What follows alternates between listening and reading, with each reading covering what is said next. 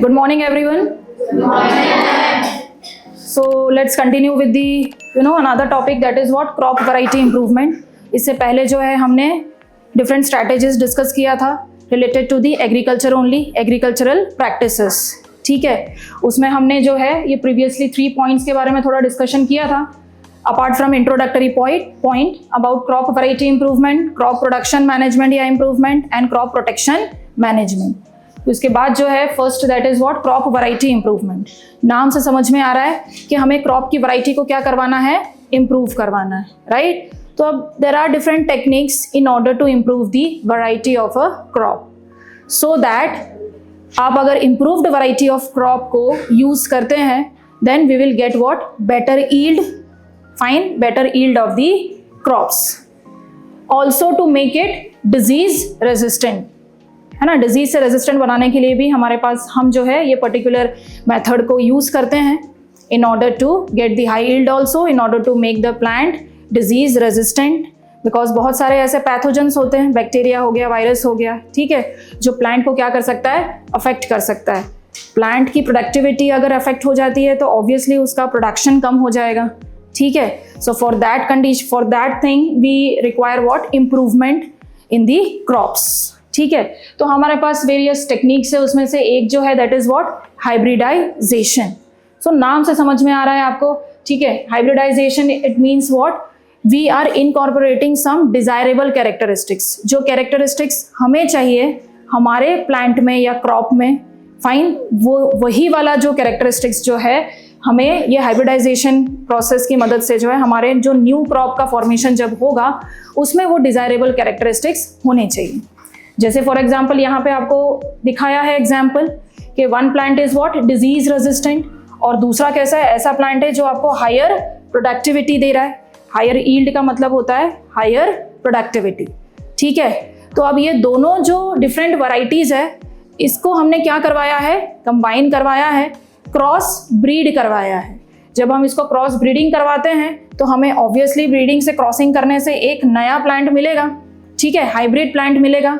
But उस hybrid plant के characteristics अभी कैसे होंगे, जिनके अंदर ये प्लांट ए का भी कैरेक्टरिस्टिक्स होगा और प्लांट बी का भी कैरेक्टरिस्टिक होगा. क्लियर है. अब ये करेंगे कैसे, तो यस, जेनेटिकली मॉडिफाई करेंगे हम, राइट. दैट मीन्स जो प्लांट है उसका जो जेनेटिक मटेरियल है, डीएनए, उसमें हम कुछ ऐसे चेंजेस लाएंगे, मॉडिफाई करेंगे जिनकी मदद से जो है हमें ये disease resistant as well as higher yield जो है इस पर्टिकुलर हाइब्रिड क्रॉप का मिल जाएगा. क्लियर है. तो ऐसी एक वैरायटी चूज करो कि जिसकी प्रॉपर्टीज कैसे है, डिजीज रेजिस्टेंट है. डिजीज रेजिस्टेंट का मतलब ही ये होता है कि इफ कोई पैथोजन ने आकर इसको डिस्ट्रॉय करने का ट्राई किया तो वो पैथोजन डिस्ट्रॉय हो जाएगा बट आपके प्लांट को कोई इफेक्ट नहीं होगा, उसका मतलब होता है डिजीज रेजिस्टेंट. बट नॉर्मल अगर कोई प्लांट अगर हम देखते हैं तो क्या होता है, वो सेंसिटिव होता है. किसी भी कोई बैक्टीरिया, वायरस ने उसको अटैक किया तो हो सकता है वो क्रॉप डिस्ट्रॉय हो जाए, ठीक है. बट हमें तो वैसा क्रॉप चाहिए नहीं, इसलिए हम क्या करवा रहे हैं, इम्प्रूवमेंट करवा रहे हैं. फाइन. तो 2 different characteristics we are taking, cross breeding, right, so that we will get different variety of crop which will possess the characteristics of both the parent plant. समझ गए. ओ सो अब इसमें टाइप्स हो जाते हैं अलग अलग, ठीक है. क्रॉसिंग आप कैसे करवा सकते हो, तो फर्स्ट इज अबाउट इंटर वैराइटल, है ना. नाम से समझ में आ रहा है, इंटर इन द सेंस के 2 डिफरेंट किसी चीज के बीच में आप जो है क्रॉसिंग करवा रहे हो. वैराइटल बोला है that means we are talking about different varieties, right. So we are using what, different varieties of the crops and then we are cross breeding it so that to get the crop which will give us the characteristic in a improved manner. Clear है. Second जो है interspecific, नाम से समझ में आ रहा है, different species को जो है हम यूज करेंगे फॉर दी ब्रीडिंग पर्पस, ठीक है. तो हमें वापस जो एक नया प्लांट मिलेगा या क्रॉप मिलेगा वो अगेन इम्प्रूव्ड क्वालिटी का होगा, ठीक है. हर एक मेथड का एम वही रहना है कि we need to improve the variety of what, our crop, ठीक है. थर्ड इज इंटरजेनेरिक ना, इसमें भी नाम से समझ में आ रहा है, जेनेरिक, जेनेरा, जीनस. तो 2 डिफरेंट जीनस हम यूज करेंगे, ठीक है. एक फैमिली को, जो एक क्रॉप एक फैमिली को बिलोंग करेगा बट उसके जीनस हो सकते हैं अलग, तो 2 डिफरेंट जीनस का जो ऑर्गेनिज्म रहेगा उसको हम क्या करवाएंगे, cross breed to get the new variety जो कि इंप्रूव्ड क्वालिटी का हमको प्रोडक्ट देगा। क्लियर है? फाइन। सो मूविंग फॉरवर्ड, आगे देखो अब दूसरी स्ट्रेटेजी है हमारे पास। फर्स्ट तो हमने देखा व्हाट, हाइब्रिडाइजेशन, क्रॉस ब्रीडिंग आप करवा रहे हो। Secondly we have what, genetically modified crops, जिसको हम जीएमओ बोल सकते हो आप, जेनेटिकली मॉडिफाइड ऑर्गेनिजम्स। ठीक है, यहाँ पे ऑर्गेनिज्म मतलब हम एक प्लांट की बात कर रहे हैं, क्रॉप की बात कर रहे हैं, तो उसको नाम दे दिया हमने क्या, genetically modified crops. Fine. Again name से क्लियर हो रहा है यहाँ पे कि जीन्स को आप क्या कर रहे हो, मॉडिफाई कर रहे हो। मॉडिफाई का मतलब ये होता है किसी चीज में चेंज लाना। ठीक है, जेनेटिकली बोला, इट मींस किससे चेंज आएगा, बाय इंट्रोड्यूसिंग अ जीन, है ना। अब ये जीन क्या रहेगा, जब हम डीएनए की बात करते हैं तो डीएनए में एक DNA obviously made up of what, fragments of genes only, gene से ही बनता है वो। और हर जीन एक पर्टिकुलर कैरेक्टरिस्टिक को क्या करता है, स्पेसिफाई करता है, एक ट्रेट को स्पेसिफाई करता है। क्लियर है? तो हमारा जो डिजायर्ड जीन रहेगा, हम उस डिजायरेबल जीन को जो है आइसोलेट करेंगे और उसको इंट्रोड्यूस करेंगे हमारे क्रॉप के अंदर, जो आपको क्या देगा, फिर इंप्रूव्ड वैरायटी का प्रोडक्ट देगा। क्लियर है? So that is nothing but genetically modified crops. Clear है? बहुत सारे ऐसे एग्जाम्पल्स हैं जिस क्रॉप्स में हम, जिनके अंदर हम जेनेटिक जीन्स को क्या कर सकते हैं, मॉडिफाई कर सकते हैं। जैसे एक नॉर्मल कॉटन का प्लांट है, फॉर एग्जाम्पल बता रही हूँ, कि वो डिस्ट्रॉय हो सकता है इजीली बाय सम इंसेक्ट, है ना। तो वो इंसेक्ट जो है उसको इजीली डिस्ट्रॉय ना कर पाए, हम एक बैक्टीरिया से एक जीन को आइसोलेट करके, ठीक है, बीटी जीन, क्राई जीन, और उसको आइसोलेट करके हम प्लांट में इनकॉर्पोरेट करते हैं with the help of vectors. ठीक है, ये कंप्लीट एक जेनेटिक इंजीनियरिंग का एक टॉपिक हो जाता है, उसमें आता है आपको, राइट। बट ये जस्ट आपको एग्जाम्पल में मैं बता रही हूँ। सो उसके जीन्स को हमने मॉडिफाई कर दिया प्लांट के। अब जब वो जीन की एक खासियत थी कि वो टॉक्सिन बनाता है, क्लियर है, बैक्टीरिया के अंदर। फाइन। तो वही टॉक्सिन जो है वो प्लांट भी बनाना शुरू कर देगा, बट वो टॉक्सिन प्लांट को खुद को अफेक्ट नहीं करके, बट उस प्लांट को इफ अगर इंसेक्ट डिस्ट्रॉय करने आया तो वो इंसेक्ट की किलिंग हो जाएगी, बट आपका प्लांट क्या रहेगा, सेफ रहेगा। क्लियर है? तो इससे हमने क्या कर दिया, उसको मॉडिफाई कर दिया। तो जो कॉटन का प्लांट आपकी प्रोडक्टिविटी कम हो रहा था, जिस कॉटन के प्लांट का, बिकॉज वो डिस्ट्रॉय हो रहा था किससे, इंसेक्ट से, अब वो प्लांट कैसा बन गया है, मॉडिफाई हो गया है, जेनेटिकली मॉडिफाई हो गया है। तो उसको नाम दे दिया हमने बीटी कॉटन। और वही बीटी कॉटन जो है हमें अब हायर प्रोडक्शन दे रहा है, किसका, कॉटन का। क्लियर है?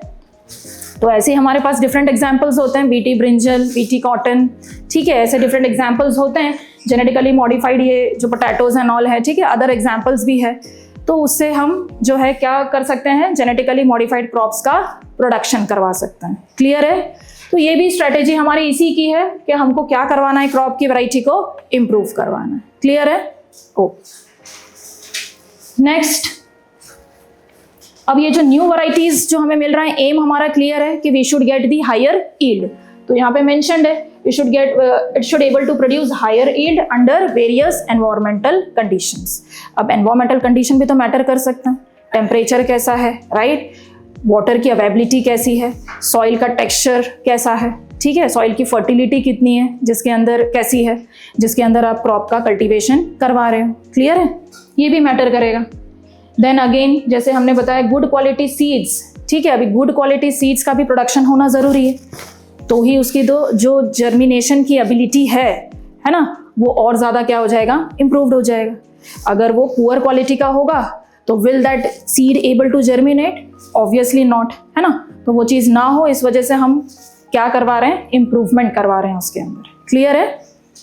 नेक्स्ट, क्लाइमेटिक कंडीशन डिफरेंट हो सकता है, जैसे अभी डिस्कस किया हमने, वेदर, सॉइल की क्वालिटी, वाटर की अवेबिलिटी, टेम्परेचर का फ्लक्चुएशंस, राइट, ड्रॉट कंडीशन जैसा बताया इन्होंने, है ना।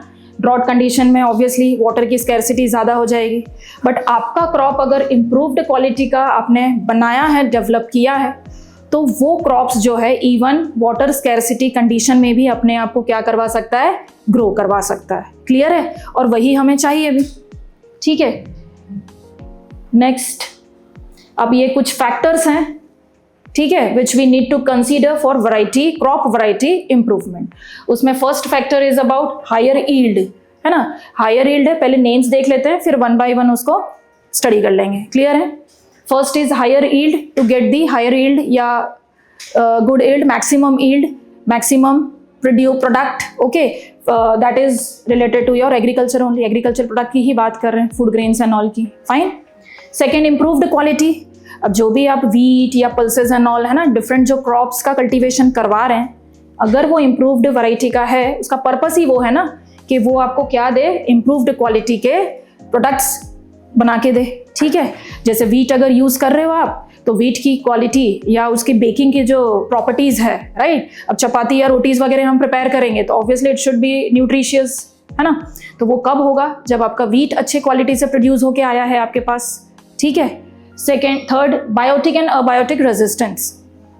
बायोटिक का मतलब ही होता है लिविंग वाले फैक्टर्स, एबायोटिक का मतलब होता है नॉन लिविंग फैक्टर्स। ठीक है, तो ये बायोटिक वाले जैसे कुछ बैक्टीरिया, वायरस, फंगस, इंसेक्ट्स, है ना, ये कुछ ऐसे एजेंट्स हो सकते हैं, पैथोजेंस जैसे, ठीक है, जो आपके क्रॉप के प्रोडक्ट्स को क्या कर सकते, क्रॉप्स के लिए हार्मफुल हो सकता है ना। बट हमको क्या बनाना है उस फैक्टर्स के अगेंस्ट, उसको रेजिस्टेंट। रेजिस्टेंस का अगेन मीनिंग क्या होगा कि उसकी क्षमता, उसकी टॉलरेंस पावर बढ़ जानी चाहिए। ठीक है, यदि अगर कोई इंसेक्ट या सम अदर बैक्टीरिया, वायरस कुछ इन्फेक्ट करने आए भी, तो वो खुद डिस्ट्रॉय हो जाए और हमारा क्रॉप जो है वो अगेन प्रोटेक्टेड रहे, सेफ रहे। क्लियर है? एबायोटिक रेजिस्टेंस, अभी इसके पहले ही हमने फैक्टर्स डिस्कस किया, ड्रॉट कंडीशन हो जाए या बहुत सलाइनिटी कंडीशन हो जाए, सॉल्ट कॉन्सेंट्रेशन बढ़ गया आपके सॉइल के अंदर, राइट, वाटर की स्कैरसिटी हो गई, टेम्परेचर जो है सुटेबल नहीं है, हाई टेम्परेचर बहुत ज़्यादा हो गया या बहुत लो टेम्परेचर हो गया, तो उस केस में हो सकता है हमारा क्रॉप फेलियर हो जाए, क्रॉप का फेलियर हो जाए। ठीक है, तो उस केस में भी हमको क्या करवाना पड़ेगा, उसको अबायोटिक फैक्टर से भी रेजिस्टेंट करवाना पड़ेगा। और ये कैसे हो सकता है, अगेन जीन्स को मॉडिफाई करके। क्लियर है? यही हमारा एम है, दैट इज वाई इसको हम की फैक्टर पढ़ रहे हैं, as a key factor for the crop variety improvement. Then change in maturity duration. अब जो सोइंग पीरियड जो होता है ना, एक सीड को जब आप सो करोगे और फिर जब वो कंप्लीट क्रॉप आपको दे देगा, प्लांट दे देगा, that is what, harvesting period के टाइम पर, तो ये जो ड्यूरेशन होता है ये थोड़ा कम से कम होना चाहिए, है ना।